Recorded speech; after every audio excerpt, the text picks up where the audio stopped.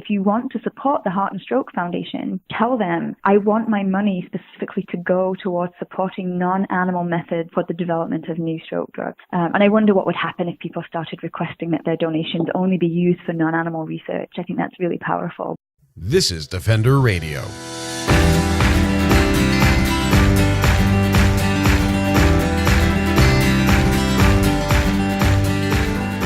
Hi folks, I'm Michael Howie, your host of Defender Radio, the podcast for wildlife advocates and animal lovers, presented by the Fur Bears.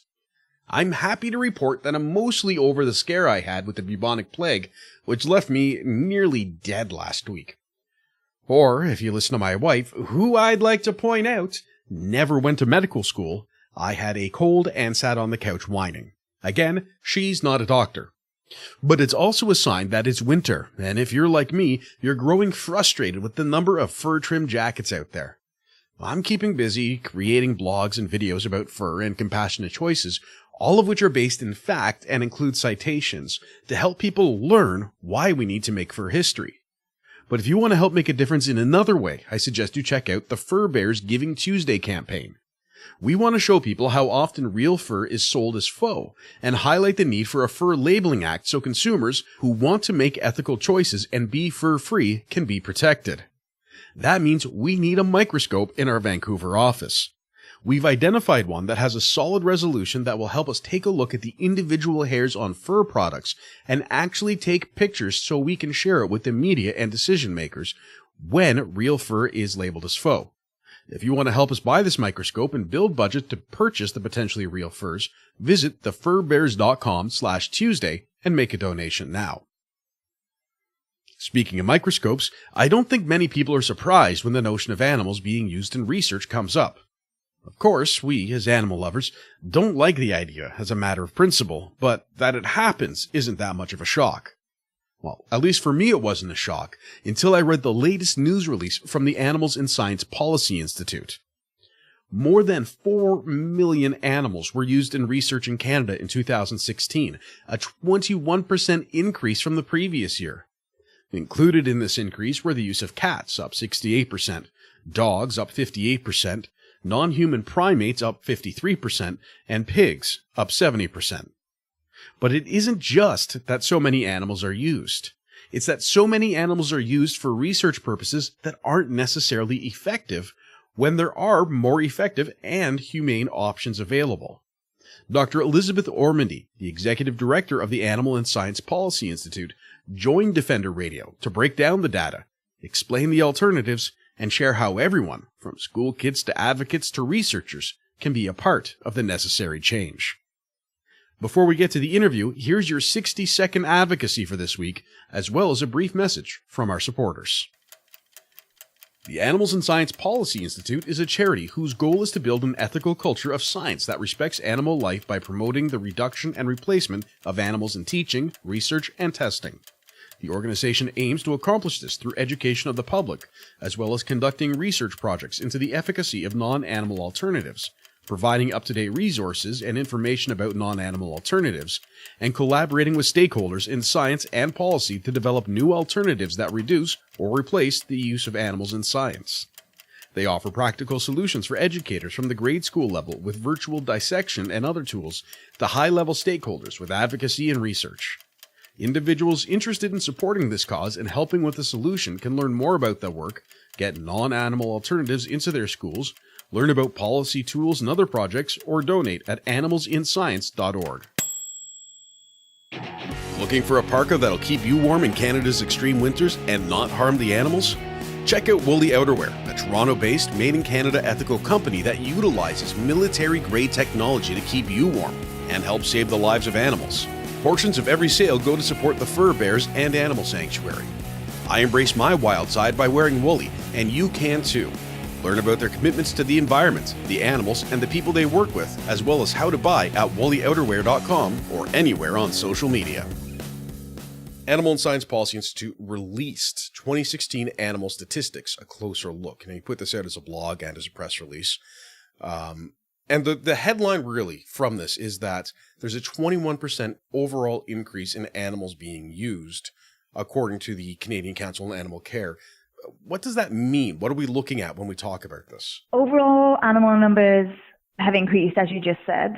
I think the most meaningful thing for me is that actually the numbers this year have tipped over the 4 million mark for the first time ever in Canada. So this is the 2016, that's the most animals used in a year than we've ever seen.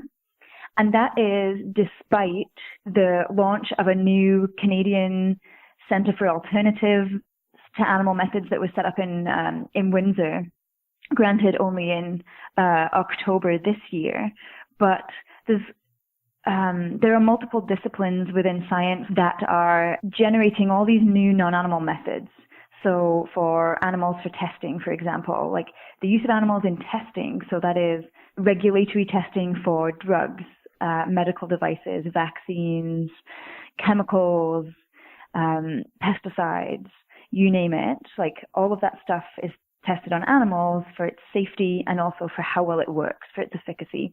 Mm-hmm. And there is a really growing trend in science to try and figure out non-animal methods, especially for testing, which is great because regulatory testing, actually, if you crunch the numbers from CCAC from past years, you'll see that regulatory testing actually causes the most harm to animals. It's the one purpose of animal use where the most harm is caused. So I think it's really encouraging that we have this scientific discipline of non-animal alternatives for animal testing, and there's all these really cool methods that are coming out. So I guess the burning question then is, if all of that work is being done, why have we seen a 21% increase in Canada in 2016 that now tips us over into like the most animals that we've seen annually in a year? And I don't really know, honestly. I can speculate, but I don't really know. And that to me is somewhat alarming. Not that you don't know, that we don't know, I guess. And I would assume that the regulations on reporting of animal use in research, which is, I argue, meticulous in nature to begin with, would be straightforward. You know, if an animal is used, it gets marked down, it gets submitted. But based on some of what's written in this blog, it does not seem to necessarily be the case that it is straightforward. No. So the oversight system, I don't use the word regulatory for the way that we govern the use of animals in science in Canada because there are no actual laws federally. So I usually just say it's like the oversight system that we have. So the Canadian Council on Animal Care, that's the agency that released the statistics, and they give annual number reports. They are funded to operate by the Natural Sciences and Engineering Research Council and the Canadian Institutes for Health Research. Those are two government agencies that also issue funding for animal research. And so our system is set up in a way that if you receive funding from NSERC and CIHR, then you are required, you are obligated to comply with CCAC guidelines. And part of that obligation is to give your animal numbers to the CCAC every year. The committee whose job it is to collect those animal numbers and submit them to the CCAC is the Animal Care Committee.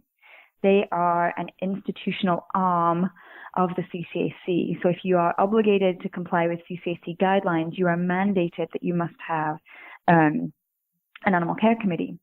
And the Animal Care Committee, they review protocols. So if I'm a researcher and I want to use 150 mice in my study, then I submit a proposal on something called an animal use data form to the Animal Care Committee.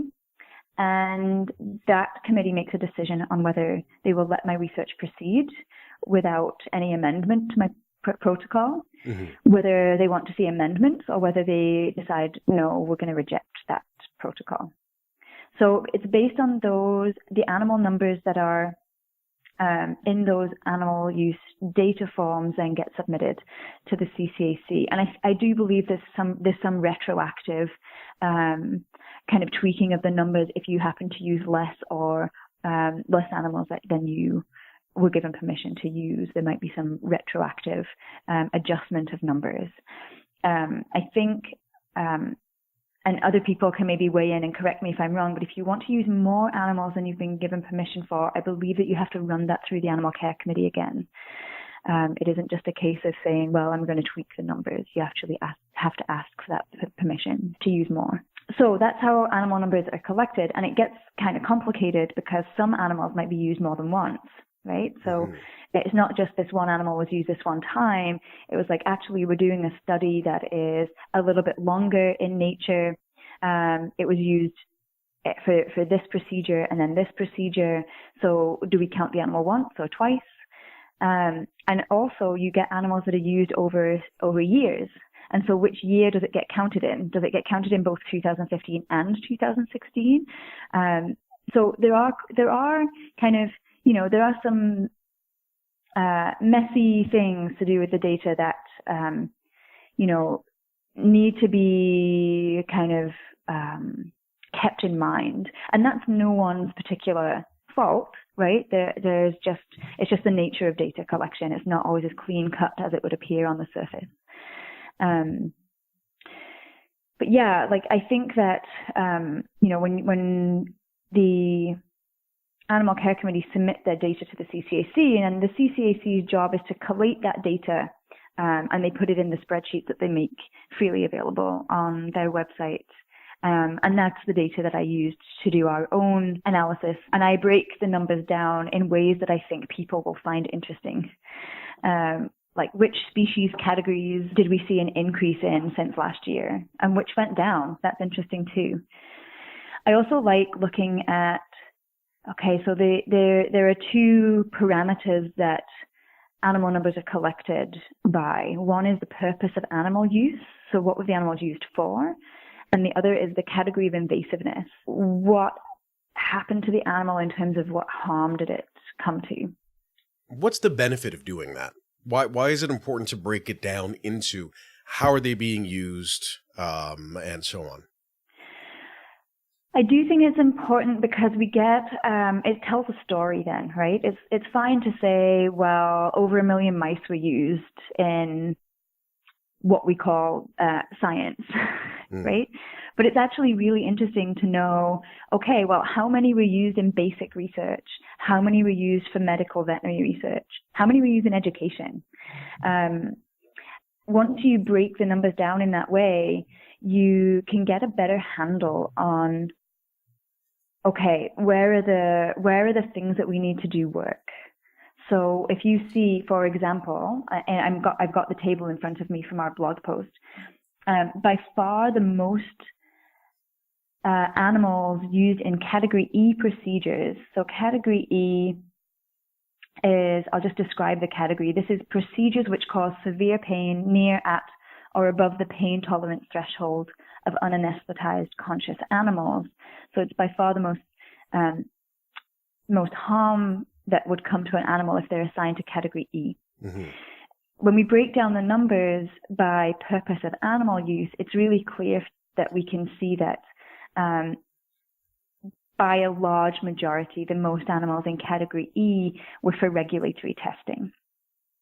And so then that's like, okay, well, if we are in the business of improving the lives of animals, then that is a clear signal that we need to work on reducing the harm that comes to animals in regulatory testing, if not replacing them completely. And so I think that's why it's important to break down the numbers. It's knowledge is power. And once you can break down the data into these meaningful, it gives you these meaningful insights into where the work needs to be done. When I think of animals being used in science, and I would think that I'm probably in the average on this with knowledge base, I think of rats and guinea pigs. And you think of all the old sad campaigns from the 80s when they used primates, but of course they don't do that anymore, and they don't use dogs or cats. And then you read the blog and see, oh, well, there's an increase in dogs, cats, primates, and pigs. How are they used? I mean, is this, oh, well, we let the dog sniff it, and if they don't like it, we don't use it? Or is it an invasive type thing? In what way are these animals who I think most Canadians view as intelligent and emotional, especially with dogs and cats and primates. Yeah. How are they used without maybe going too graphic? Oh, absolutely. Yeah. So I did do that type of analysis. And again, it's kind of alluded to in our blog post. So no cats or dogs were used for regulatory testing. So there were no dogs or cats used to test products for their safety or efficacy. So that's a plus. The majority of dogs and cats were used for education.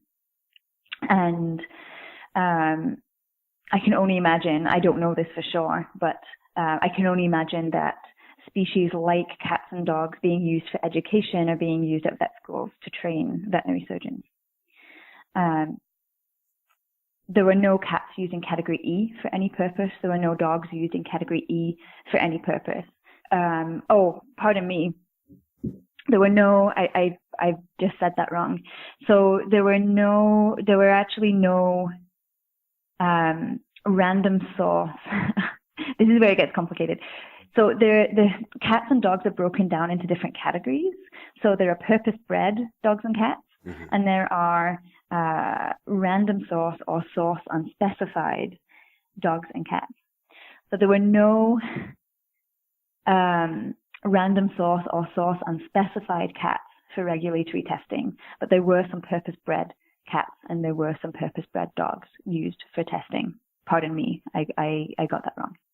So there were 48 cats used for regulatory testing that were purpose-bred, and there were 4,391 purpose-bred dogs used for testing.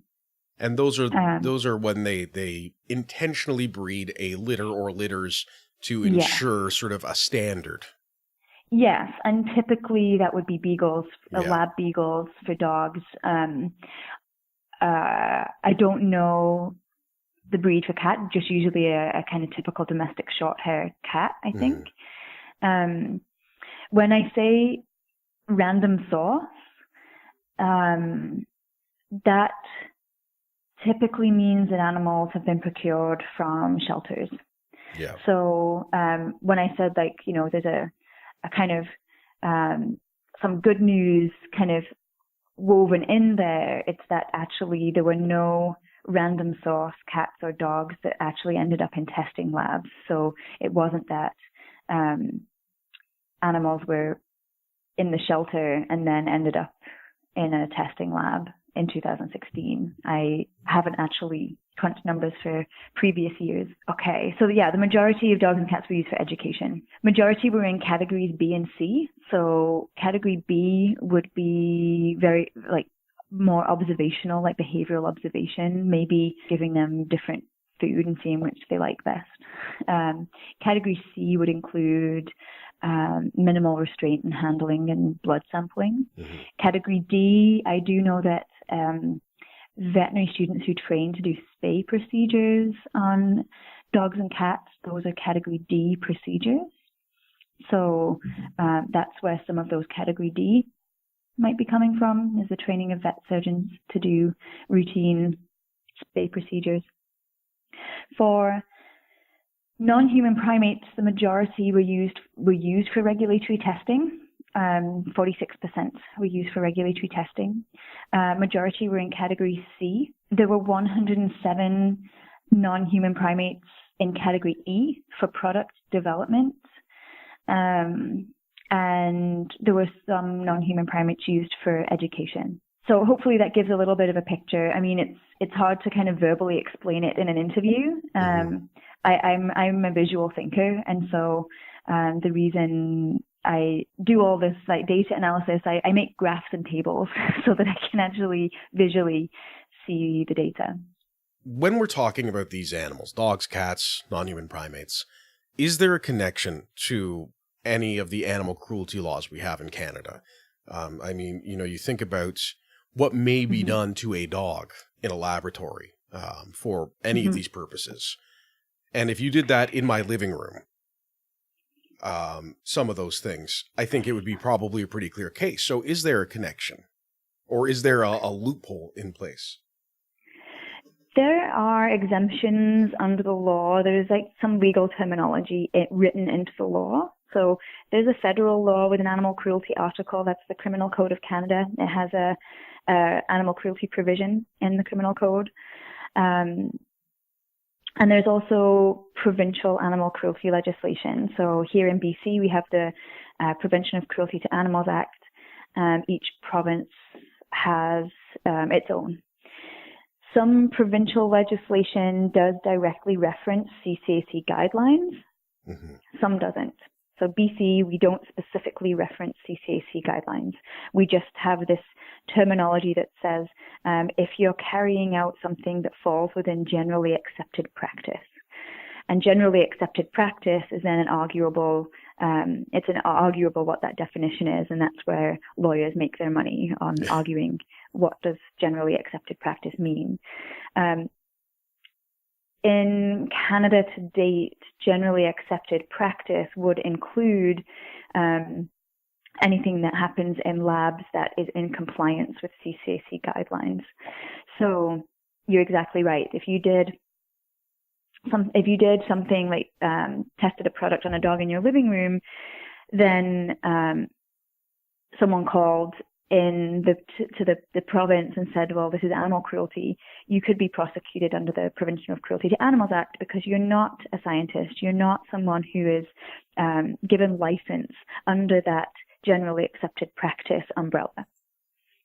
But if you are a scientist and you are in a lab setting and you are complying with existing guidelines, you're part of that culture that has generated the generally accepted practice, then it would not be necessarily prosecutable under any law that exists. It's all very counterintuitive, isn't it?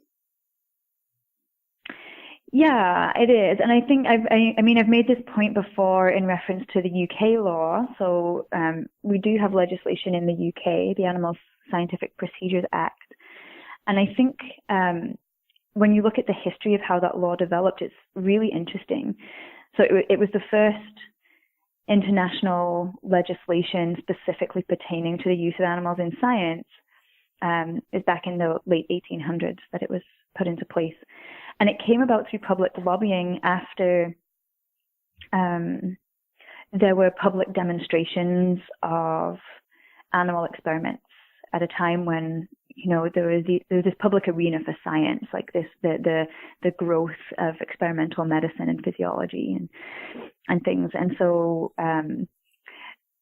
experimental physiologists came over from mainland Europe and they gave these public demonstrations using dogs. There was public outcry, and there was this mobilization of the public and the formation of animal advocacy groups that really lobbied the government to try and get legislation into place to ban the use of animals in experiments. Now, what the law actually ended up doing was saying, instead of banning animal experimentation outright, it actually became something that was quite permissive. It was like, okay, we're going to let this happen under certain conditions. And instead of scientists who engage in harmful acts to animals being prosecutable under the Animal Welfare Act for animal cruelty, they're given special license in the name of science. And so the law in Britain is actually a permissive one rather than a prohibitive one. And I would argue protects researchers more than it protects animals in lots of ways. Because exactly right, if you don't have a license to practice science and animal experiments in Britain, then you're actually prosecutable under a whole different act for any harm that comes to animals under your care. I'll tell you when I'm King of Canada, I'll put you in charge of writing some laws that will be a little more straightforward. I feel like that's it's so convoluted. It's sort of this act versus that act and this loophole and that statement. And it doesn't need to be. But one of the times that this came up, and this is something it's a little out of date now, but I think it still applies, was when C-246, so that was the Modernizing Animal Protections Act, was being discussed. One aspect from one of our friends, MP Robert Sopuck, a conservative in Manitoba, I believe, brought up a lot of various concerns, which I don't think were actually talked about at all in the proposed act. But he had two statements here, and I pulled these up, and I'm interested for your response to these statements. So he said, most, if not all, animal rights groups oppose animal-based medical research. Canadians must realize that most significant medical breakthrough results from animal-based medical research. Approximately 60% of all cardiovascular research is conducted on animals. He then said, I and hundreds of thousands of Canadians are alive today because of cardiovascular advancements, such as stents, I can't talk anymore. Implantation of animal valves in human hearts, and new drug therapies, all of which were developed using animal experimentation. To say we should stop performing medical research on animals is to say let's stop making life-saving medical breakthroughs. That is not acceptable to me or most Canadians. This is part of his speech in the House of Commons, and it's something he kind of railed hard against, and he kept bringing up that example. Again, even though C246 had nothing to do with medical research. Of course. What's your thought on that? And I'm sure this is something that you hear about in your position on a regular basis. So how do you respond to that, sort of in the short form and the long form? Sure. In the short form, I would say the rhetoric that research saves lives is actually, it's kind of like, I see this, there's researchsaveslives.org that has who would you rather, and there's a rat and there's a young girl, right? And it's basically saying, would you rather save the life of the rat or save the life of this young girl who could be your sister, your daughter, whoever? And I think it's actually just a false dichotomy in lots of ways. The main reason being that emerging data is telling us that animal research benefits human medicine and creates new human therapeutic drugs 0 to 8% of the time. And that's across disciplines. That's cardiovascular, it's cancer drugs, it's immunology, it's like, and that's not me just pulling data from thin air. This is multiple studies done by people who are way smarter than me, who are medics and epidemiologists and medical sociologists. And when I saw that translation rate, that 0 to 8%, then to say that research saves lives is not necessarily untrue. Animal research saves lives 0 to 8% of the time. I would say that that is shockingly low. And what happens to the other 92 to 100% of research that tax dollars pay for, is paid for in animal life, is paid for with diversion of funding away from things that would be more successful than 0 to 8%, right? So I think that while it's a very kind of compelling argument that people can hook onto because it makes it personal, we all know somebody, ourselves included, who have taken drugs that actually have either really helped with a condition or have actually saved lives, right? And so it's very, very attractive to kind of hold on to that handle that, oh, well, animal research is like this necessary thing. Well, yeah, it might have been 0 to 8% of the time. And so for me, that's just an unacceptably low translation rate to human medicine. And it shows me that we can do so much better, right? I think that there's been no new stroke drug for the past 30 years, despite lots of animal research that has gone into that. And so I'm a scientist, and I understand that science is uncertain too. I wouldn't want that translation rate necessarily to be 100% because things fail. You don't meet your hypothesis, right? Like I understand that, but I think that range of 0 to 8% is just like if I would have guessed, I would have even guessed higher. But then the emerging data from authors like Pandora Pound, Michael Bracken, Ari Joff in Calgary are really, it was actually this visceral shock to me, even though I work in this field. So that's the long form answer that just says like this argument of kind of like, well, research saves lives. It's a bit of a falsehood because it doesn't save lives all of the time. And in fact, it doesn't save lives even for the majority of the time. So that would be my answer. And I think that what troubles me about the status quo of seeing animals as the gold standard for developing drug treatments for humans is that we're diverting our energy and resources and funding from things that might have greater success rates. And so who knows what medicines we could have developed if we'd have just embraced alternative methodology that maybe can tell us more because it uses human tissues that have been donated with consent. To quote Thomas Hartung from the Center for Alternatives to Animal Testing in the US, we are not 150-pound rats. We're just not. And so there's, while we share a lot of genetic material with animals, and some things will cross over and some things will be able to be predicted using animal models and animal data, we are also necessarily different in our physiology and metabolism and biochemistry. Yeah. Does that answer your question? It does. Thank you. It sounds like you've thought about this before, Dr. Ormandy. Yes. It keeps me up at night, frankly.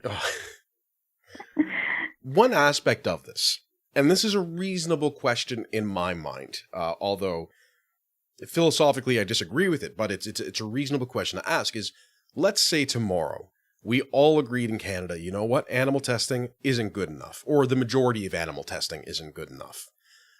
You quote your 0 to 8% success rate, abysmally low for the number of animals who are killed. And for the number of animals used, I guess, is more appropriate statements. And you state, when we talk stroke drug, there hasn't been anything new in 30 years despite all this ongoing research. So we decide as a society, you know what, we're not going to do this anymore. Does that mean tomorrow we stop testing on animals? Does it mean over the course of 5 years we stop testing on animals? Or does it mean we phase out as we phase in new technologies? What would that actually look like? And what would it mean to the research community? It's a really good question. And I think that the phase in of alternatives and the phase out of animal testing is probably the best scenario in that case, because of course you have projects that are currently funded. So if we said stop tomorrow and you're just 2 years into a 5-year grant, then,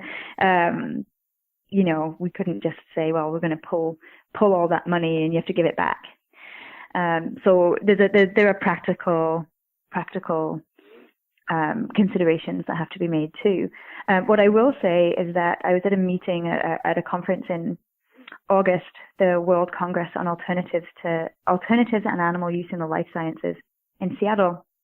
And my colleagues in the Netherlands were presenting their very ambitious plan to end all animal testing by 2025. So that gives you an indication of what some countries are committing to.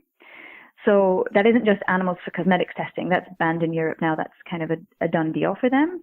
But what the Netherlands is saying is that we want to end the use of all animals in all types of testing. So for drug testing, for chemical testing, pesticides, all the rest. Ambitious, for sure. 2025 is like 7 years away. 8. So that's kind of the time frame that other countries are kind of looking at just for the use of animals in testing. The use of animals in basic research. So basic research is research done to understand scientific processes, to advance our knowledge, advance the scientific progress. It's more exploratory by nature. The majority of animals, at least in Canada, are used for fundamental or basic research.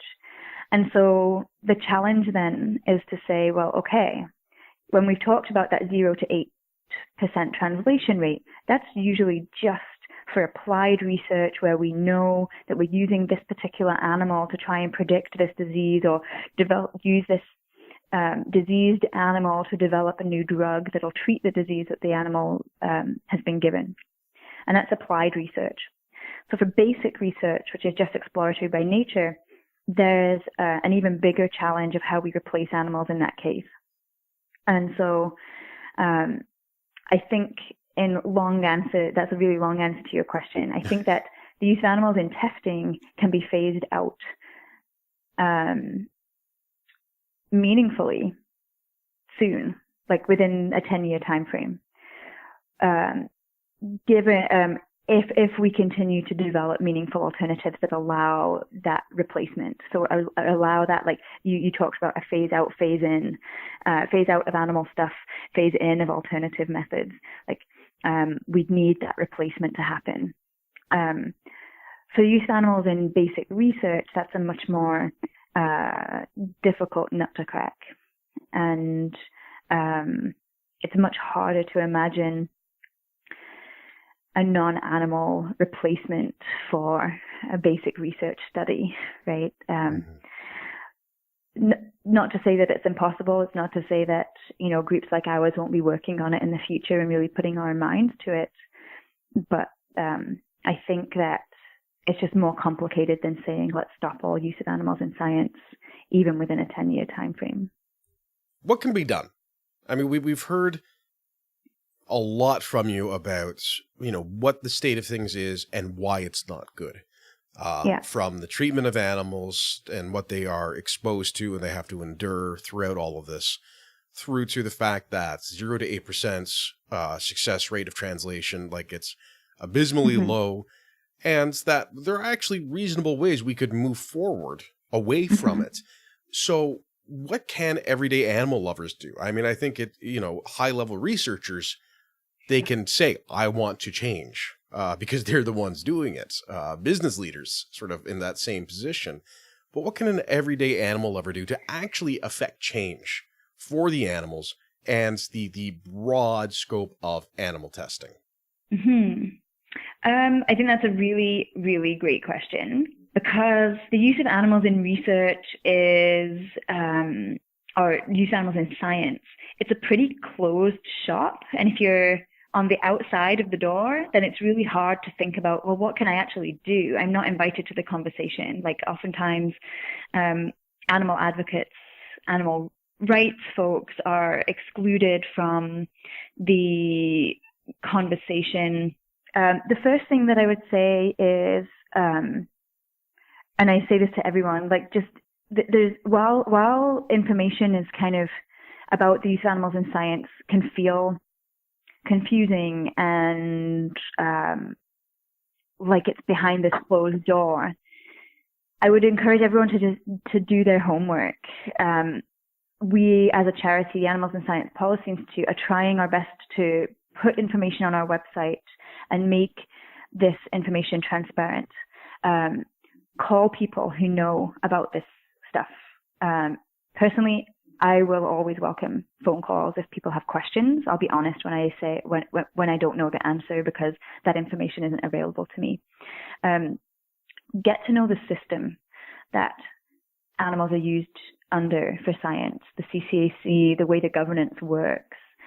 Get to know the data that's provided and use it wisely. And so that's why when I said that knowledge is power, there's such little information out there about the use of animals in science, that the data that is provided, get to know it. Break it down in ways that are interesting to you, I guess. Animal advocates can demand greater transparency.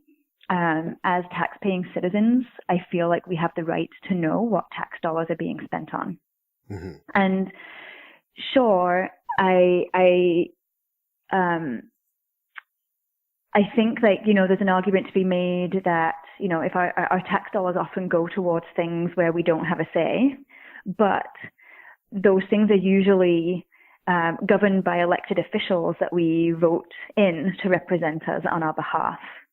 For the use of animals in science, our tax dollars pay for it, but because there's no legislation, there are no elected officials representing us on this issue. And so I think demanding greater transparency would be really important. have a right to know what your tax dollars are being spent on. I think that it's important to take care with language and be specific. So I often hear people talking about either animal experimentation or animal testing, and they are using that terminology to cover a whole host of different things. And it's actually really important to separate out animal testing, so whether that's the testing of cosmetics or regulatory testing, which is the testing of medicines, chemicals, and it's called regulatory testing because it's required by Health Canada. So there's animal testing, there's animal research. Are you talking about applied research or basic research? And then there is the use of animals in education. So that's an important use of animals in science that often gets overlooked, and it's something that we are working on hard at the Animals in Science Policy Institute. So separate out animal testing, animal research, use of animals in education. And the reason that it's important to separate those out is because they have different oversight systems, different stakeholders, different ethical issues that come up.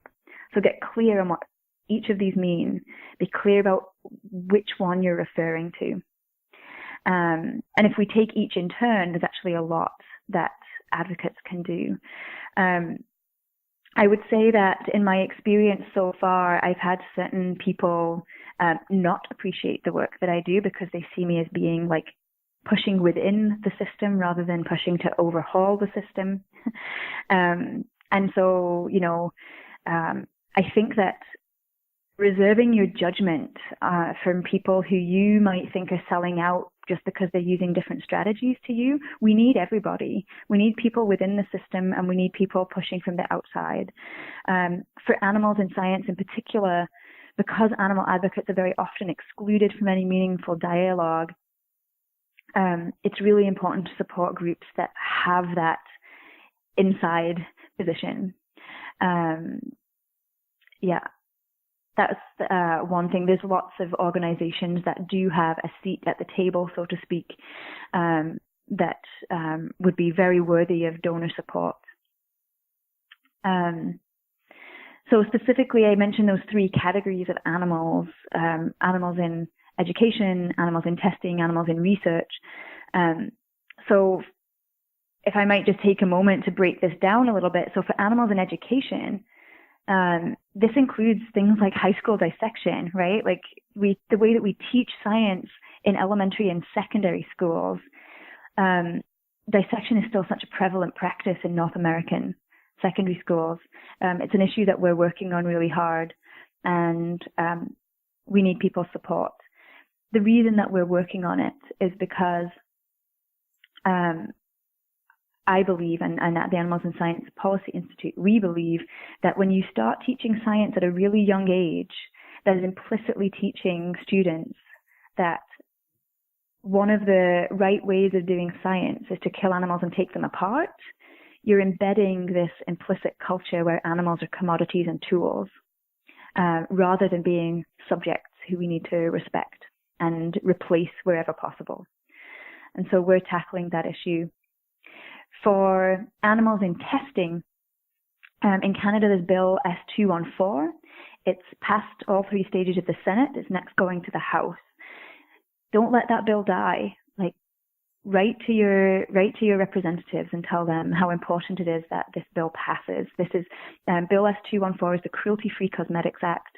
It would put a ban on the use of animals in cosmetics testing in Canada, and also ban the import of any finished products or ingredients that have been tested on animals elsewhere.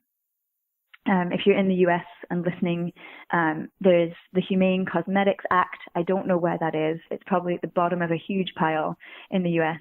But again, it's important not to let these bills die. For other types of animal testing, for like drugs, chemicals, pesticides, vaccines, I think it's important for people to know how the system works.